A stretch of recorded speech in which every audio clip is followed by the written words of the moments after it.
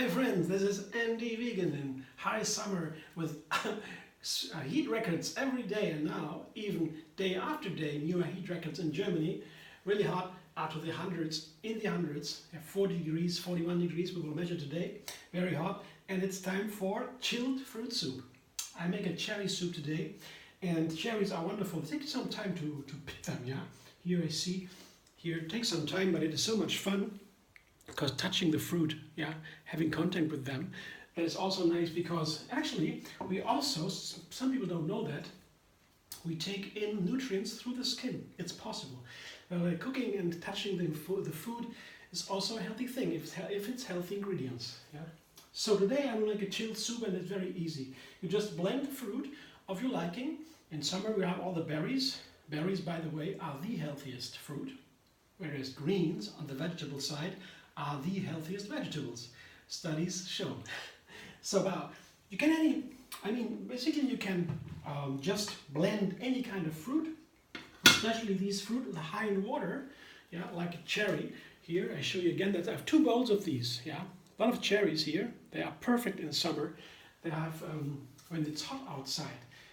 There are some upsides for fruit, especially grapes, cherries. They are high in summer when it's really hot, and cereals and they can be down because they need a lot of water. But the cherries, we are fortunate in hot summers with these berries. So I put maybe 2.5 cups or 2 cups of cherries pitted into a blender, and I will add a handful or a dozen, maybe a dozen dates here, small dates. If you have larger ones, you can take less, or it's up to you how sweet you would like it. Yeah, I like it sweet.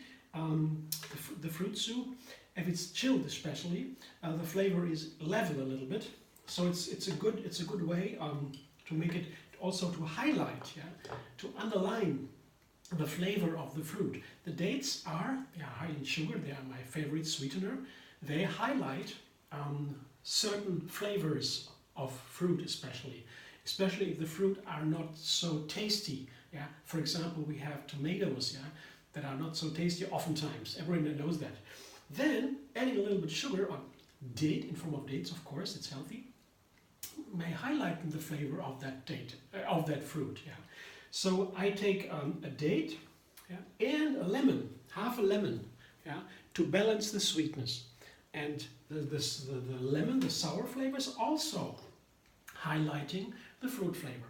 That is a little trick, and I think it's a good one, and I use it sometimes to refine recipes. In this case, it also adds to the texture of the soup. Dates are dried fruits, so the texture will be a little bit thicker, because when I just blend the cherries, that will be pretty thin, I guess, runny, and with the dates and the lemons with more fiber, it might be a little bit more thick. And I come to that later again. Now I show you my seasoning. So this is what cherries go really great with. Cinnamon on one side, and then here I want to show you something very special, that is cardamom. Cardamom, here I ground it by myself, yeah. And cinnamon, I have it in powder, I can buy it. It's a Ceylon cinnamon. That is better than the other one, not from Ceylon, because if you take a lot of it, it can make your heart race. The Ceylon cinnamon, not. That is very good. So especially if you eat cinnamon rolls every day, it can be an issue. But it's a little bit more expensive. But funny side aside, I really love cinnamon because it's maybe one of the spices that is highest in antioxidants. Cinnamon is super high, so I take it whenever I can. And of course, with cherries, it's perfect. It's in desserts oftentimes. And similar is with cardamom. Cardamom reminds me a little of black pepper. I show you here. I have some pods here, cardamom pods. One of my most important spices in the kitchen here. This is what cardamom looks like. If you have seen it in this form, you know what I mean. It's the pod. In the pod there are these little seeds. You can open the pod here. I don't know if I can do it now. Yeah, that's pretty easy usually to open the pod, and you see inside are the seeds. You see cardamom seeds. Can you see?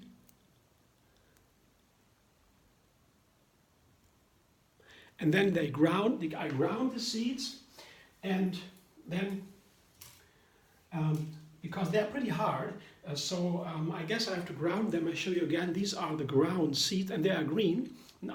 Another brand is black, but the green's okay here. I ground it to make it easier for the blender. And it's a perfect spice for sweet in India. They love it. They put it in all desserts. They have cardamom in there, and in other countries too, India predominantly, because it's so good for the stomach and the intestines. It's very calming and soothing. Cardamom is a super spice. Also, you can drink it in coffee. It's a classical coffee, black coffee spice, and yeah, on this kind of spices. It's a little bit like black pepper, so you can't take too much of it. It has a very strong flavor, a biting flavor, but in sweets it's perfect. So this is what I have now for my soup, and I say it's a chilled fruit soup. So chilled, that means it goes in the fridge afterwards to get it a little bit chilly, 1 hour or so. You blend it as is, you put it in the refrigerator for an hour or so, and then you can fully enjoy it if you like. But today, as I said, I have some more dates in there. That makes it thicker. And I put some ice cubes in there. Ice cubes make it also cold, and I don't have to put it in the refrigerator. Isn't that great? I put the ice cubes in there and blend it with the blender dance.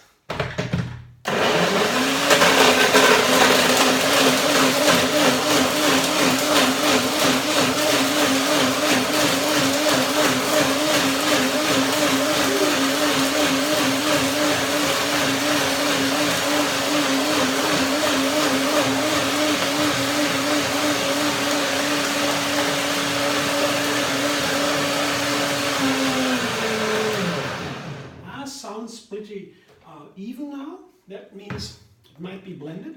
Oh, the color, the texture looks so great. I have to taste it now to really feel, to taste this cardamom, cinnamon sweetness. Oh, perfect texture. I'll show you in a moment. Wow. To kneel down. Very good, very good. So I show you in a moment. That's perfect. I could eat it right away. But now we have my special task. Yeah, what I love in cooking most. Combining ingredients, pairings, and I wonder what can I do together with cherries, because when I follow my rule, my method, very simple method, take 3. Yeah, it's called take 3. That means 3 is a huge step from 2. 2 is still easy. You can discriminate 2, one or the other. But 3, you have so many more combinations, so possible combinations, that it is right away impossible to discriminate. So the complexity begins with 3, and that's why I take the easiest grade of complexity to take my method. So I always take 3 ingredients. Yeah? That makes it not only easy, because I don't need to think about the numbers. I know always 3 ingredients, very simple. Or maybe I can replace 1 ingredient with 3 others, then I have 5. And in this case it is like that for the soup. Yeah? But then with this new complexity, I just a very simple job. I have just to find 1 more ingredient that fits here. And this is the peach today. Yeah? You can try. The theme today is, the main theme is cherry and peach. Yeah? Also both are in summertime, very high in season, and that means you have very inexpensive fruit, peaches and cherries, relatively. Cherries are always expensive, yeah. But if you buy them out of season, you can pay them. I mean, that's very, very high then. So that is a good thing, that not only the price, but also the quality. Because when you have the season, you might have the best quality of fruit ever. That is very nice. Even if it is a season in another country and they bring it to you, and with mangoes, there are typical mango seasons. I noticed in the health food shop, sometimes they have the best mangoes ever, and who would have thought, just the right season in that country where it comes from. So season is something interesting. It's not the same we like locally. Yeah? It's a different story. But here, now I have this wonderful combination of peach and cherry, and I will put the soup on top, yeah, and I show you now what the soup looks like. You see the beautiful color. Can you see this? Isn't that really heavenly?